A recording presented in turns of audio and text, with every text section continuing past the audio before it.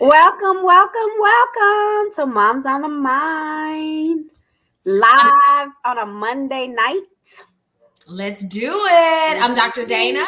I'm Amber, and we're here talking about all things parenting, mental health, and education. So, as you all come into the room, we're going to go ahead and get started because we know your time is precious. And so, we always start with a mommy meltdown. Okay, and I have to be honest. For me, I didn't really have a big mommy meltdown this week or last week. I know, but let me tell you why. Because I bought I think you have one of these too, the organization for the clothes where you pick out the kids' clothes and it says Monday, Tuesday, Wednesday, Thursday, Friday. Yes, so I picked out their clothes. I picked out their clothes for the week. I did the same thing for this week. I did it last week. And then I bought a weekly planner that goes on the refrigerator, the magnet.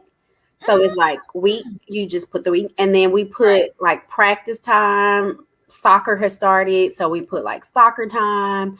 Put like I'm back in school. So are you, girl?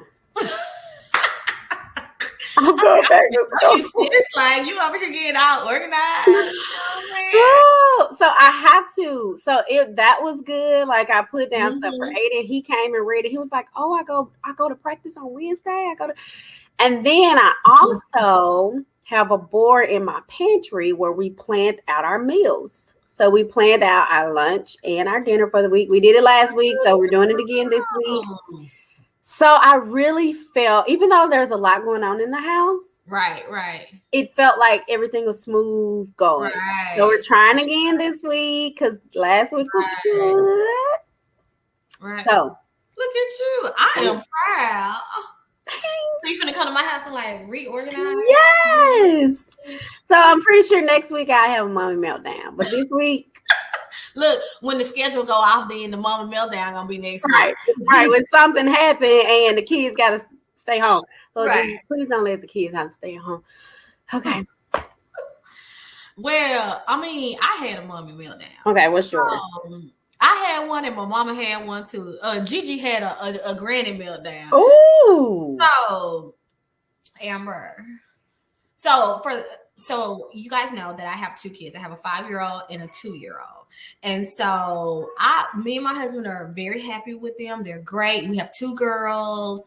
You know, we decided like this is a lot. You know, we have busy lives. We like the time that we can spend with them. It works for us. We're really not interested, and I'm definitely not interested in having any more kids. That boy.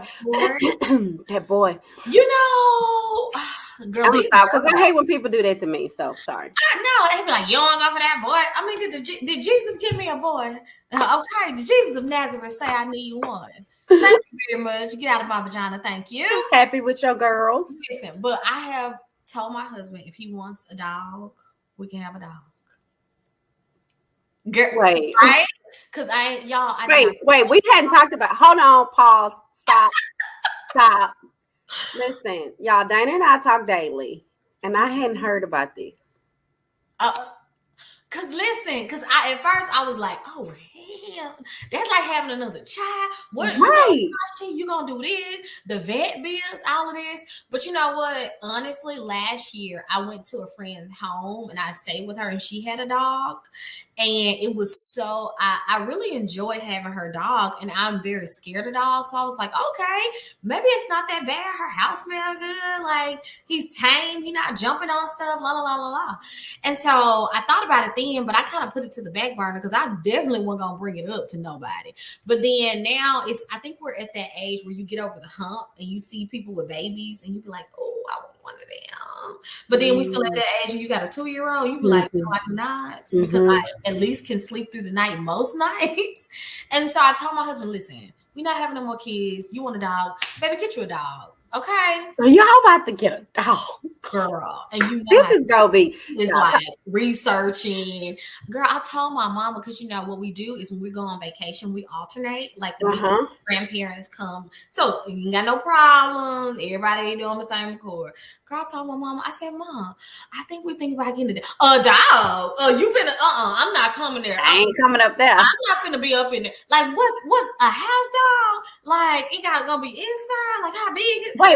Are y'all getting a house dog or a big dog? No. Okay, so the requirement is that dog got to be trained. Before it come to my house, it need to have gone through training, number one. And number two, there's a size requirement.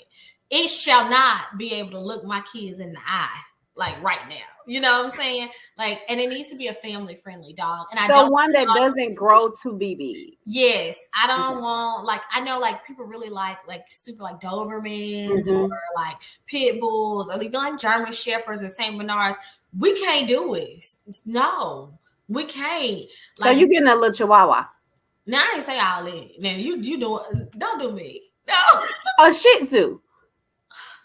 Now we're looking at like golden doodles or Bichons, kind of like something that could be a medium size. Girl, okay. This week either, but that's what we're doing.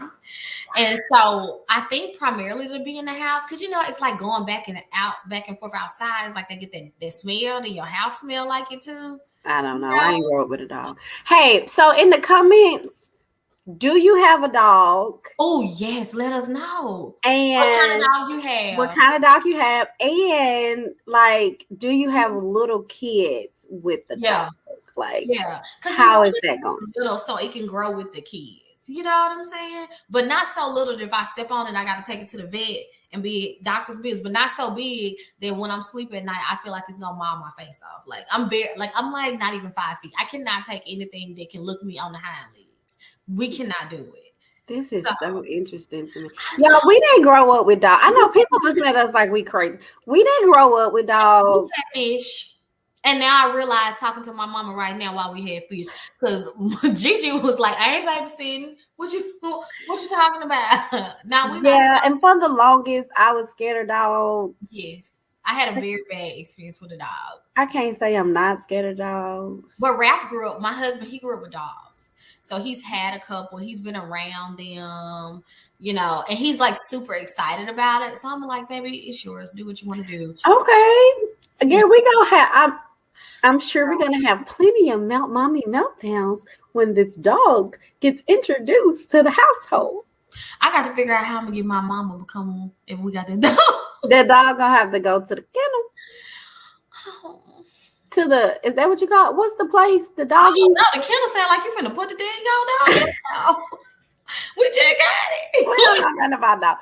To the boarding, the dog boarding house, so that they'll keep them overnight. I mean, you got to pay a leak, but they'll keep them. I have some friends with dogs, but and I've had friends with dogs, and they brought their dogs over when they came to visit, and the girls like loved it, like totally loved it, And so, why are you looking at me like you feel cool, child? Because this is about to be a whole nother like. Ooh, we know, but I'm kind of like scared and excited.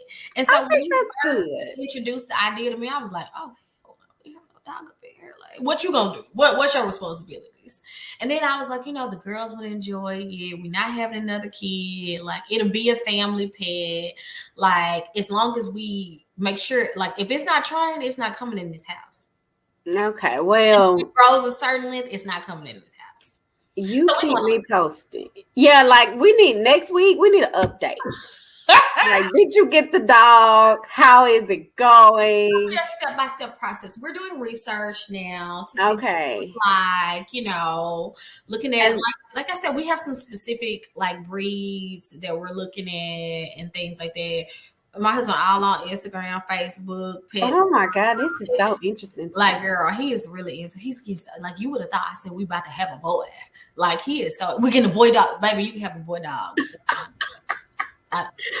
Okay, well, maybe if it works out for y'all household, because my oldest asks for a dog all the time because his piano teacher has a dog. Like she has huge dogs, and so he goes over there every week and So he asked for a dog, but I mean, we're like, I mean, no, Maddie named the dog Pablo already, so I'm like, okay. Okay, let's go on to the next.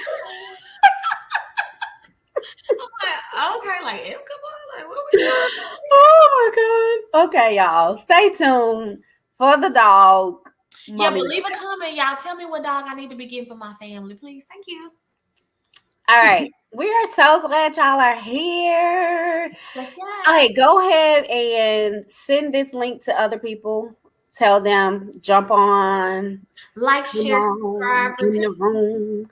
So today we are going to do something a little different because we have asked you all to send in your questions, to slide into our DMs and, with your comments and your questions, and y'all came through. Baby, So like a freight train. we had a lot of comments and questions. And so instead of just saving them for the question of the day, we want to do a fun just Q&A for today. Let's do it. We got questions. So we got questions. So we split up the questions, or some of the questions. Yeah.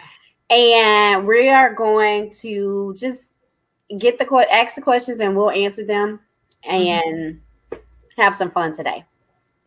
Is that cool? Yes. Sounds cool. Now, all right.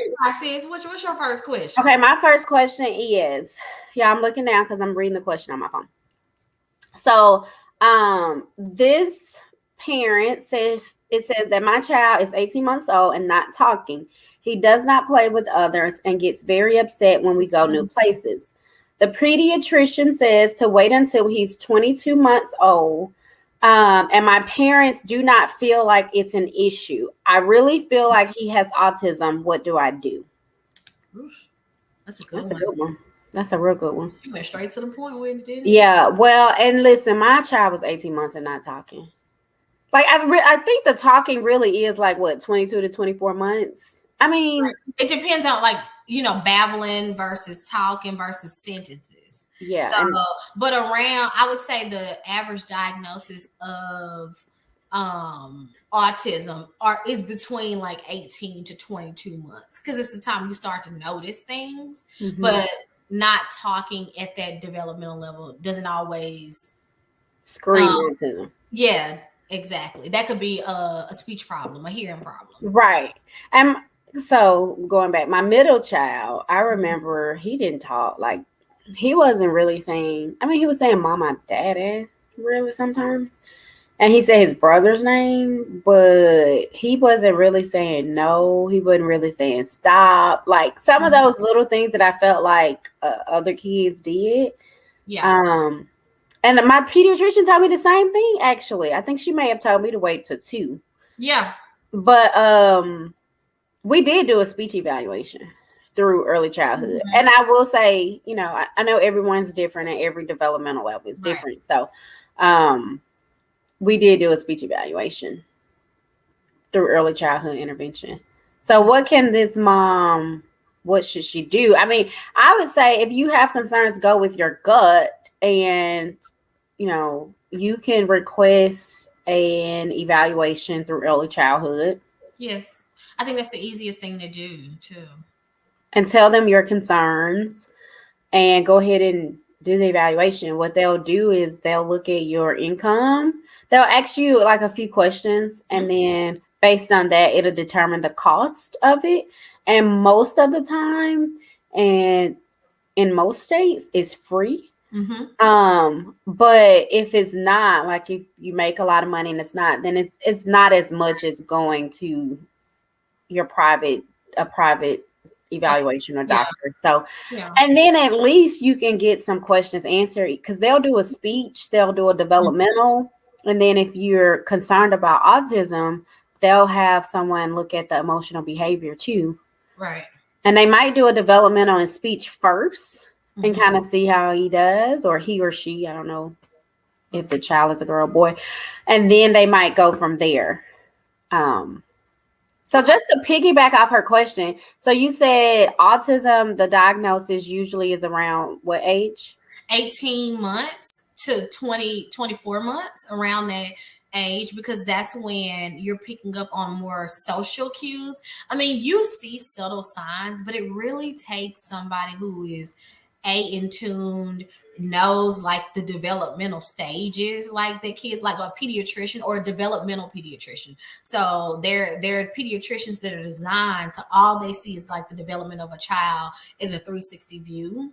Like they'll be able to notice like no social smile, that's 2 months. Like who's gonna notice that? Or lack of joint attention. Joint attention is what we call when you say, look, Johnny, and Johnny looks with you. Those are soft things.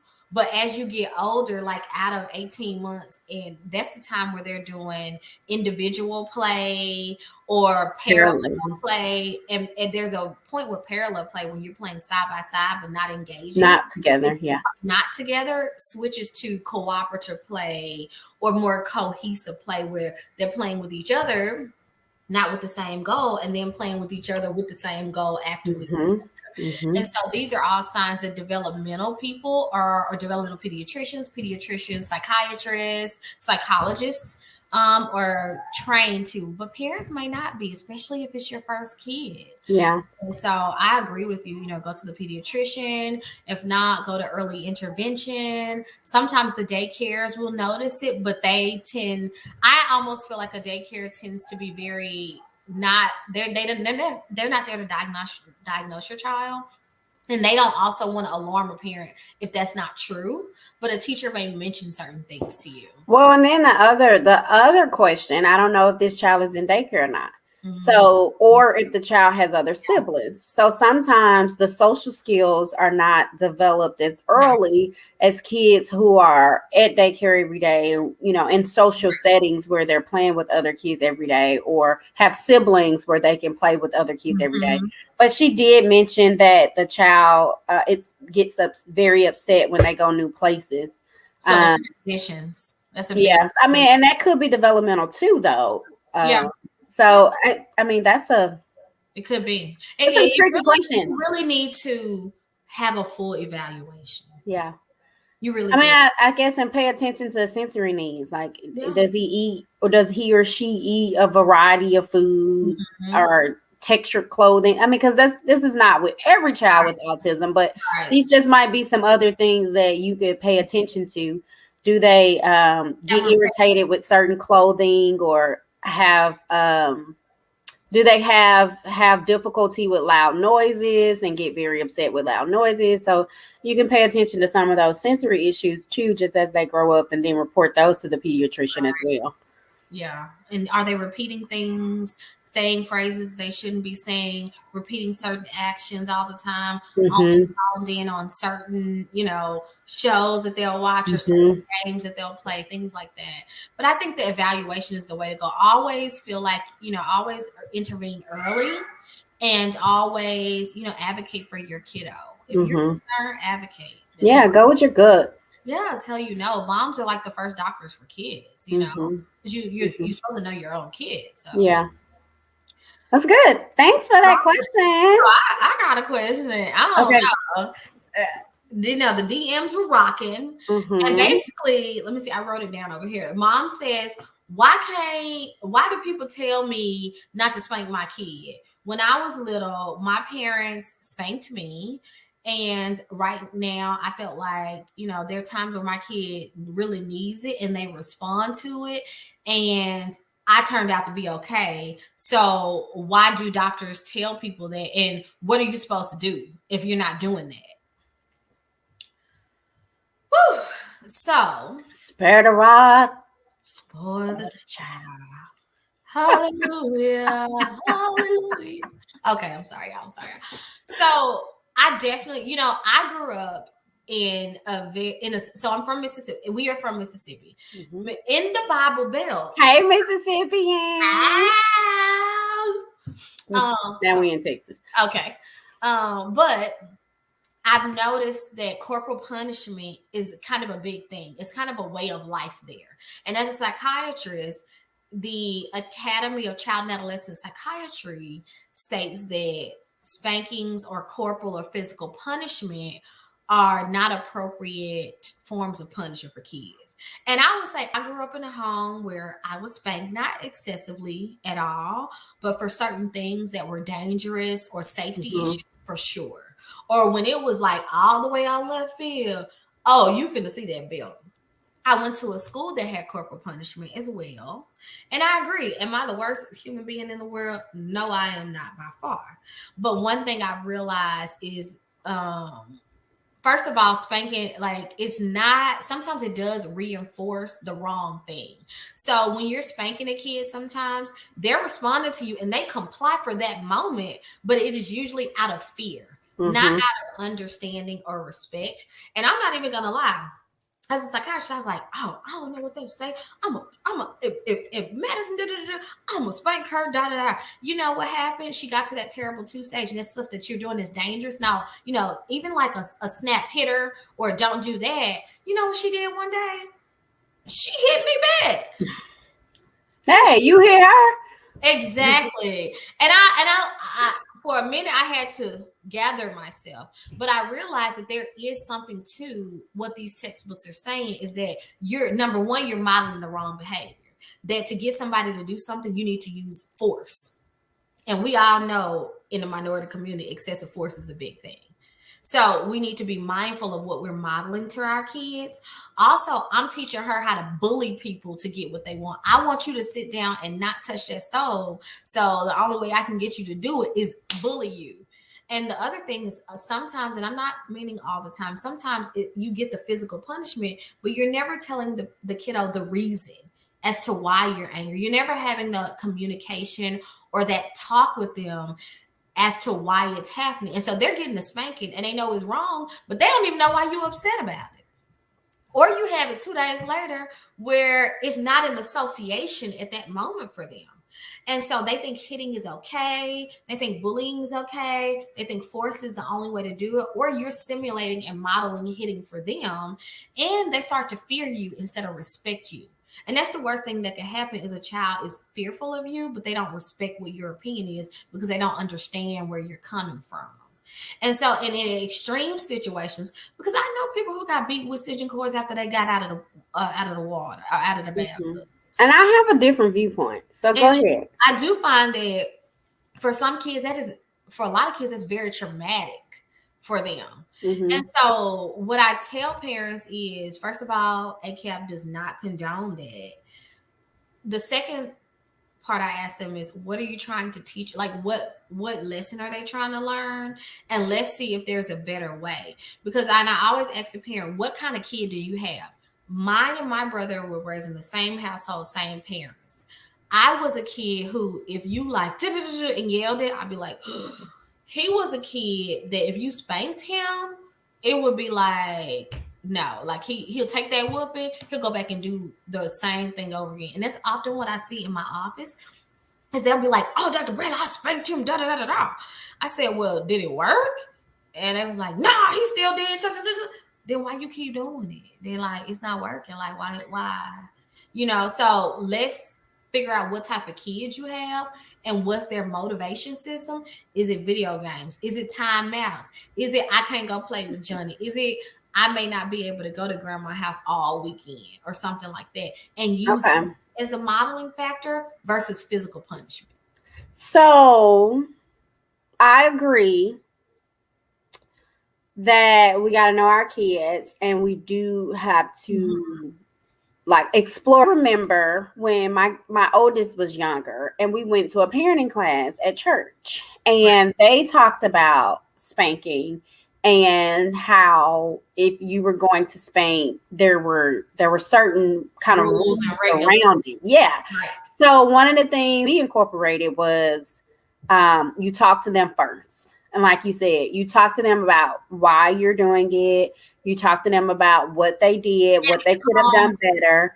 Yes. And you go to the spot and go to that spot. Don't, spank them in front of other people, or, they're in their bed and you just, try to spank them. Like, so we went to the bathroom and had a conversation in the bathroom. And the other thing they said was, I think this is one thing in the Black community that we kind of have to shift our thinking, is it wasn't necessarily to inflict pain.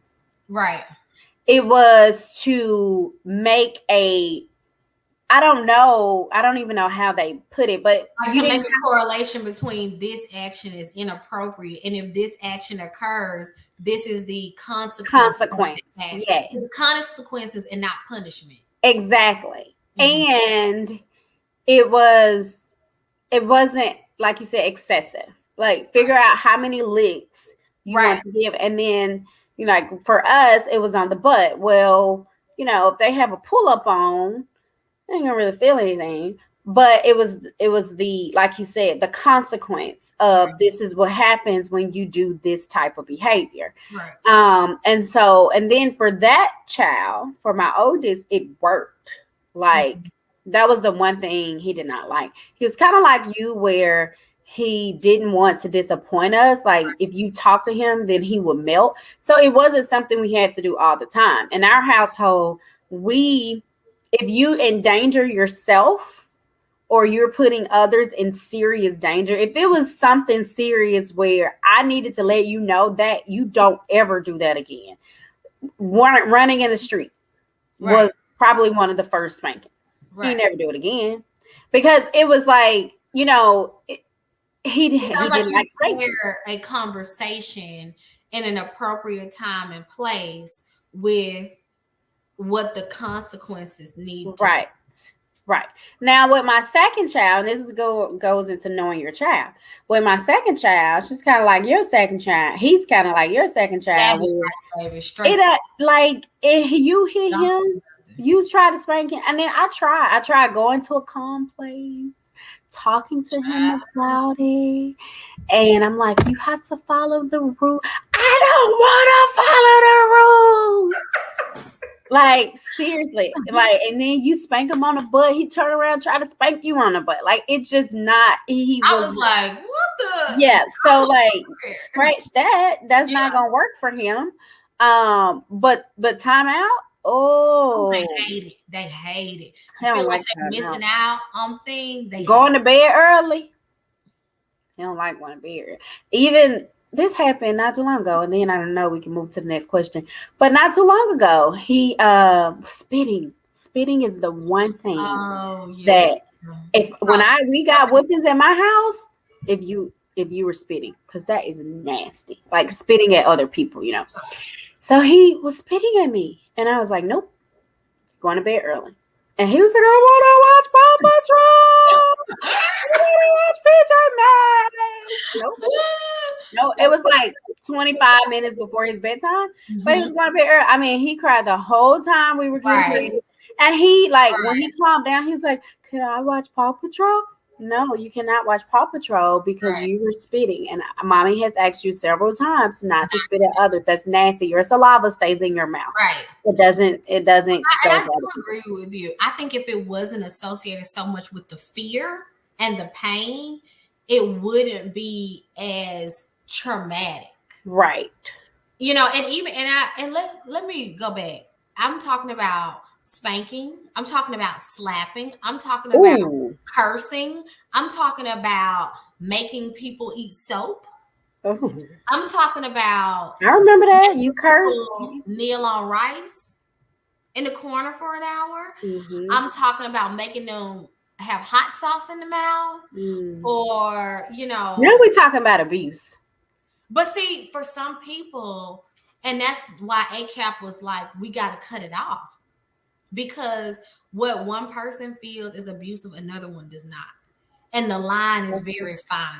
Yeah. So I find that, because I grew up with it, I'm not as, oh my gosh, every time you spank a kid, let's call CPS. The recommendation is to be, but there is some leeway that sometimes a parent doesn't know because that's how they were raised, and they don't see kneeling on rice. I literally had a conversation like, ma'am, this actually very abusive.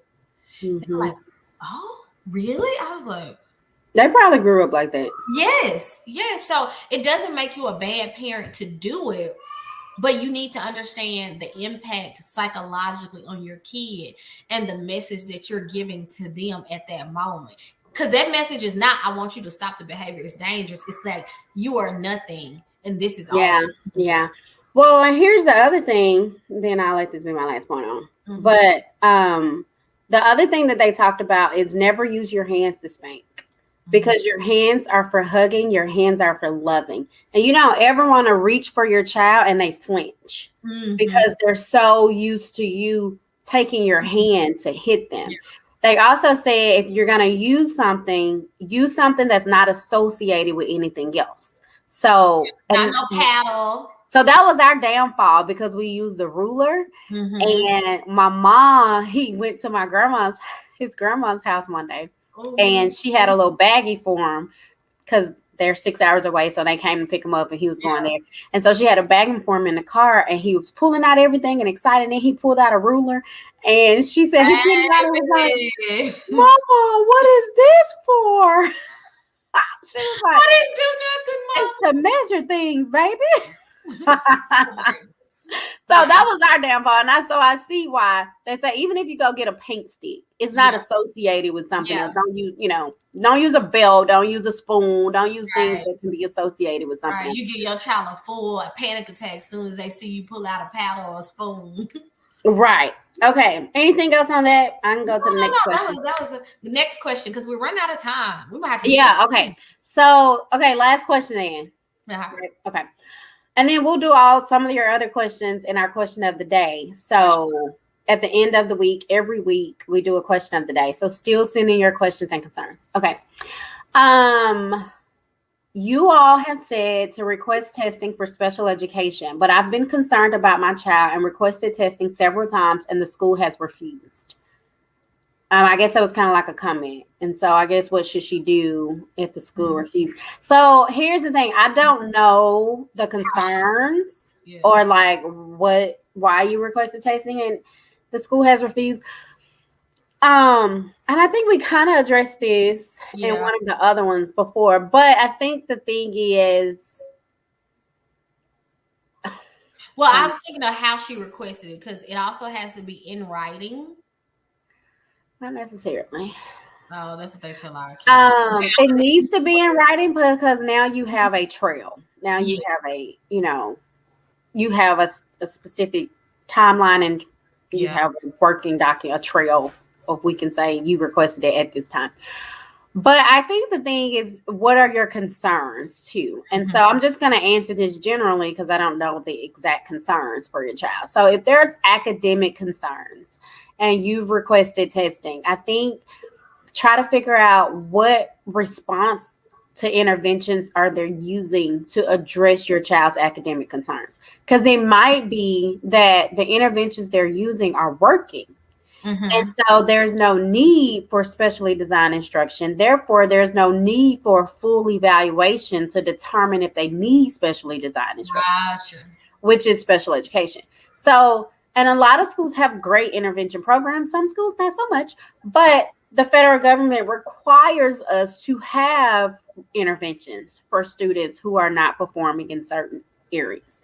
So I think that's the thing to figure out what interventions they're using. And if you continue to feel like there is a need for an evaluation, who are you making the request to?